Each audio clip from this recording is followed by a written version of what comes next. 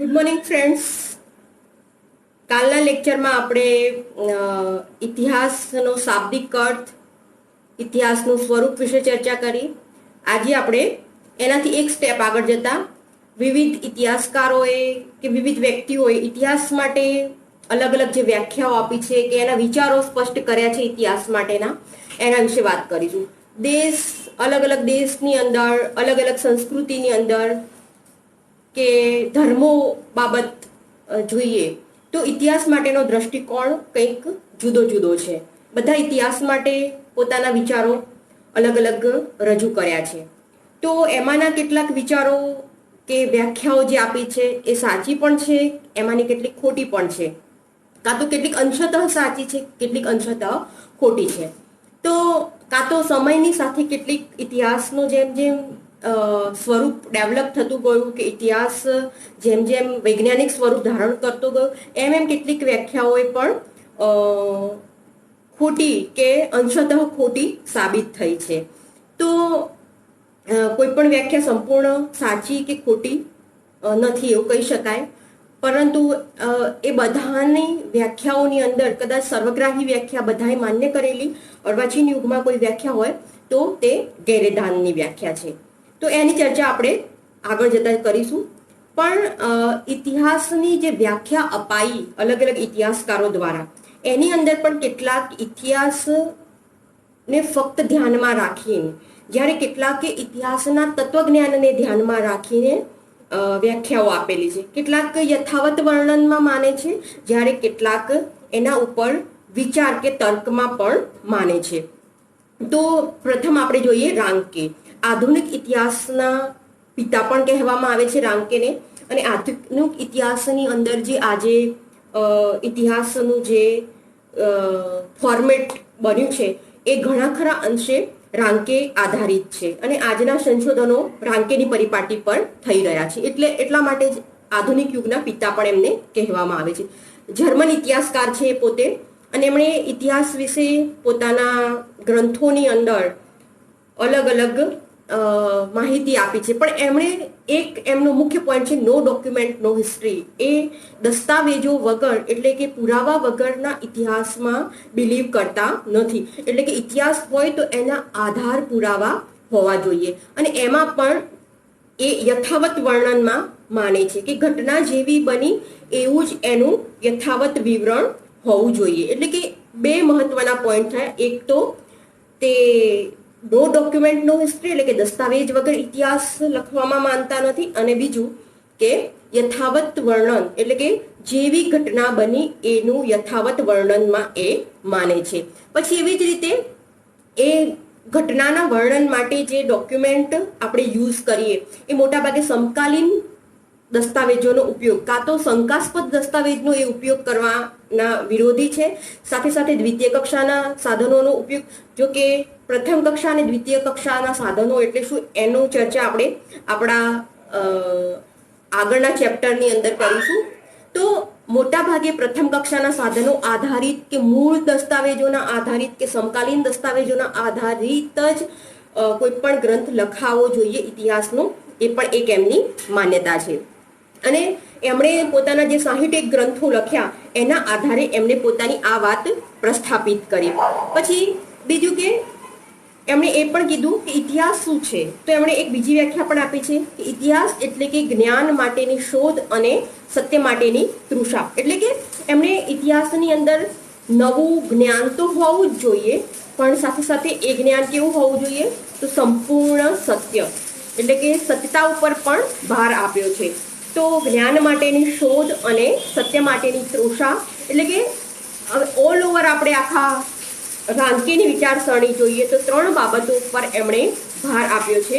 એક તો ઇતિહાસ એટલે ઘટનાઓનું યથાવત વિવરણ, બીજો પોઈન્ટ જ્ઞાન માટેની શોધ અને સત્ય માટેની તૃષા એટલે ઇતિહાસ અને નો ડોક્યુમેન્ટ.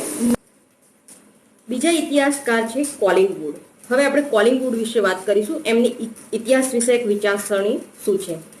એમણે પોતે એક અંગ્રેજી ઇતિહાસકાર છે. તેમને પોતાના ગ્રંથ ધ આઈડિયા ઓફ હિસ્ટ્રીની અંદર પોતાના ઇતિહાસ વિષયક વિચારો સ્પષ્ટ કર્યા છે.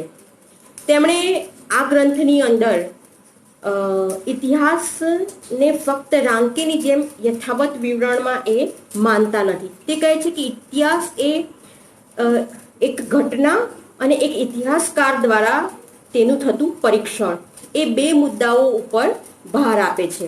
એટલે કે ઇતિહાસની અંદર ચિંતન છે એ આવશ્યક છે, એટલે કે એ ઇતિહાસના તત્વજ્ઞાનને નકારતા નથી, પરંતુ તે પોતાના ગુરુ ક્રોન્ચે, એ પોતે ઇટાલિયન ઇતિહાસકાર છે ક્રોન્ચે એ ઇતિહાસને તત્વજ્ઞાનનો એક ભાગ માને છે.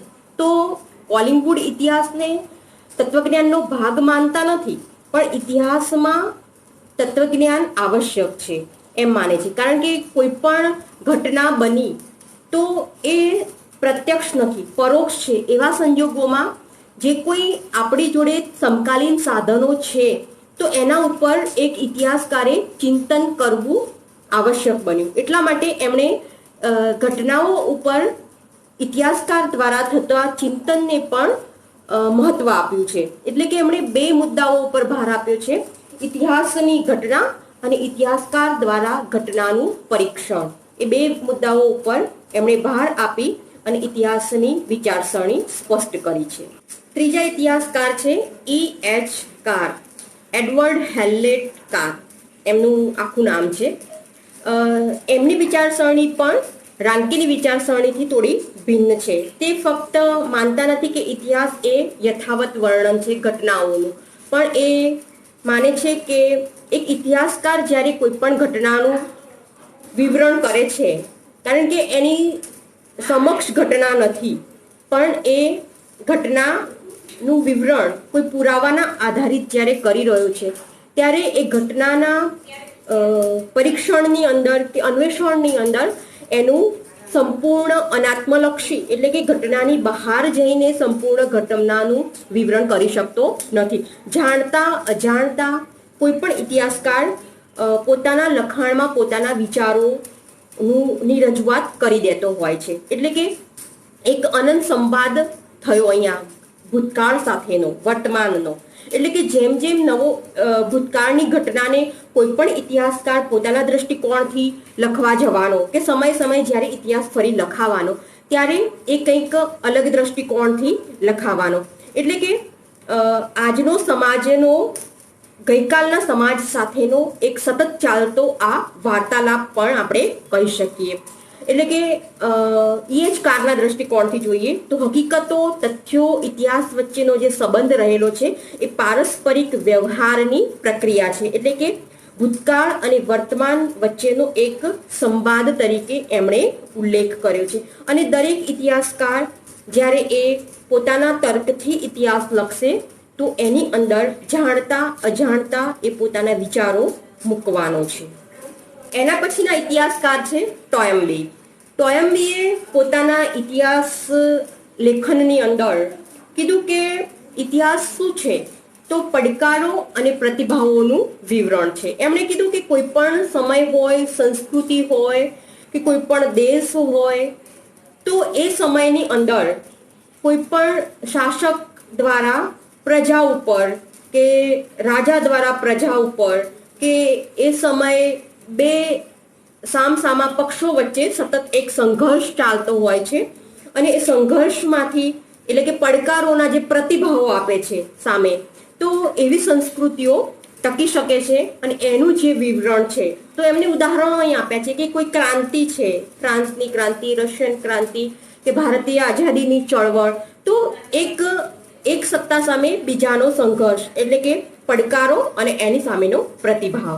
અને કોઈ પણ સંસ્કૃતિ ક્યારે ટકી શકે છે તો પોતાની સામે આવતા પડકારોને ઝીલે છે, જરૂર મુજબ પોતાની અંદર ચેન્જીસ લાવે છે અને એ બદલાયેલા સ્વરૂપ સાથે એ સંસ્કૃતિ આગળ વધતી હોય છે.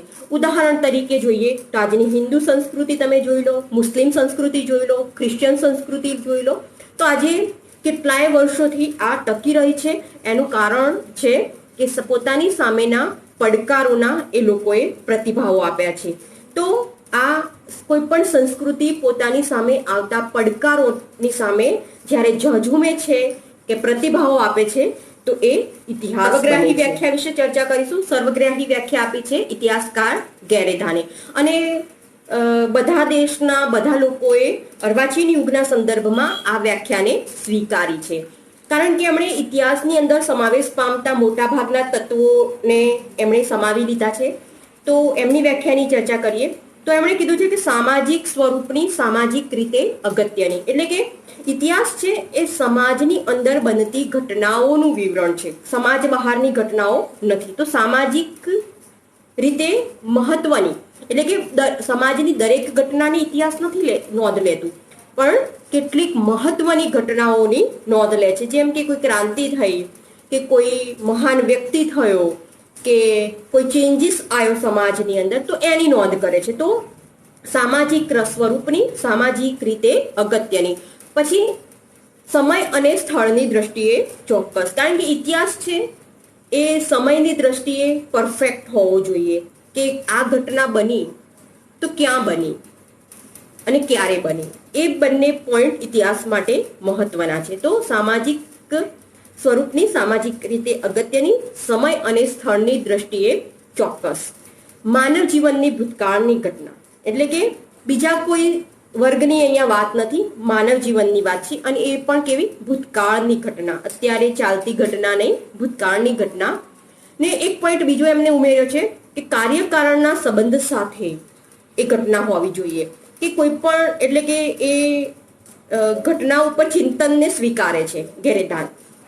કોઈ પણ ઘટના બની તો એ ઘટના કેમ બની, તો ચોક્કસ એ ઘટના અને ઘટનાની સાથે એક ચિંતન રહેલું છે, એટલે કે ચિંતનને એ માન્ય કરે છે. તો ઘટના અને ઘટના ઉપર વિચાર, એટલે કાર્યકારણનો સંબંધ રહેલો છે. તો કાર્યકારણના સંબંધને પણ એમણે સ્વીકાર્યો છે, અને પ્રસ્થાપિત કરતું વિજ્ઞાન. છેલ્લે એમને ઇતિહાસ માટે વિજ્ઞાન શબ્દ પ્રયોજ્યો છે, કે કારણ કે એ ચર્ચા કેટલાય સમયથી ચાલી આવતી રહી છે કે ઇતિહાસ એ કલા છે કે વિજ્ઞાન. તો ગેરેધાને પોતાના વ્યાખ્યાની અંદર ઇતિહાસને વિજ્ઞાન કીધું છે, કે ઇતિહાસ છે એ સંપૂર્ણ ડોક્યુમેન્ટ આધારિત છે, એની ચોક્કસ પદ્ધતિ છે, એનું સ્વરૂપ છે એ કોઈ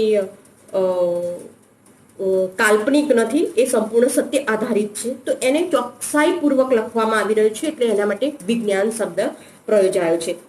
તો સંપૂર્ણ વ્યાખ્યા જોઈએ તો સામાજિક સ્વરૂપની સામાજિક રીતે અગત્યની, સમય અને સ્થળની દ્રષ્ટિએ ચોક્કસ, માનવ જીવનની ભૂતકાળની ઘટનાને કાર્યકારણના સંબંધ સાથે પ્રસ્થાપિત કરતું વિજ્ઞાન એટલે ઇતિહાસ. અને ગેરેધાનની આ વ્યાખ્યા સંપૂર્ણ આજના સંદર્ભે આપણે સત્ય માનીએ છીએ, સર્વગ્રાહી માનીએ છીએ, કારણ કે ઇતિહાસના બધા તત્વોને એમણે આવરી લીધા છે. હવે આપણે જોઈશું એડવર્ડ ફ્રીમેનની વ્યાખ્યા. એડવર્ડ ફ્રીમેન ઇતિહાસ વિષયક પોતાના વિચારોમાં કહે છે કે history is a past politics and politics is a present history, એટલે કે ઇતિહાસ એ ભૂતકાળનું રાજકારણ છે અને રાજકારણ એ વર્તમાનનો ઇતિહાસ છે. પણ આ વ્યાખ્યાની અંદર જોઈએ તો આજના સંદર્ભે આ વ્યાખ્યા સંપૂર્ણ સાચી ન કહી શકાય, કારણ કે એક જૂનો સમય હતો, એટલે કે પ્રાચીન સમયમાં જે ઇતિહાસ લખાતો હતો, જ્યારે હેરોડોટસે ઇતિહાસની શરૂઆત કરી ત્યારે એમણે ઇતિહાસની અંદર રાજકીય ઘટનાઓને પ્રાધાન્ય આપ્યું.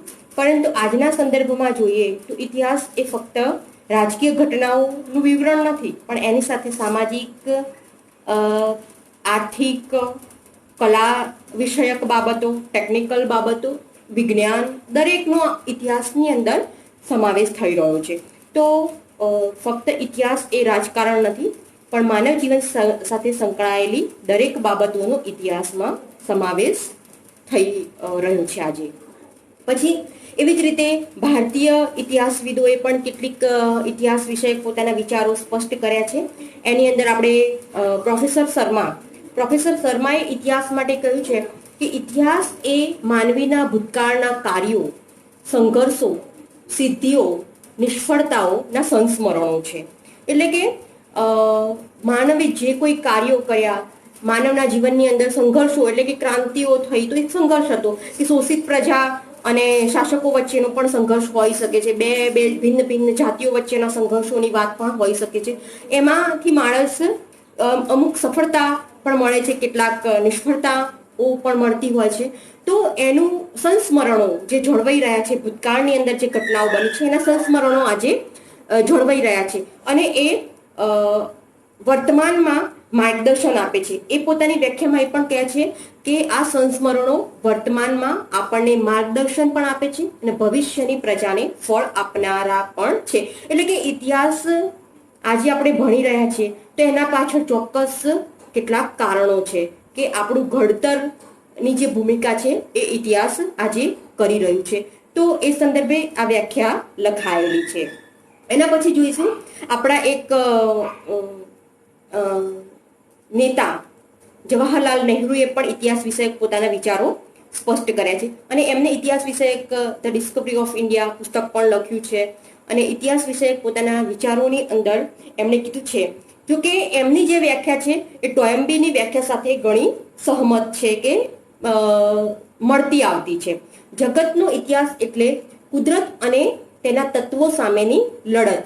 એટલે કે માનવનો સંઘર્ષ માનવ સાથે તો છે જ પણ બીજો કુદરતી તત્વો સામે પણ રહ્યો છે. કારણ કે માણસના જીવન દરમિયાન અનેક વખત બીમારીઓ જુદી જુદી આવતી હોય છે, ભૂકંપ આવતા હોય છે કે કુદરતી આપત્તિઓ આવતી હોય છે.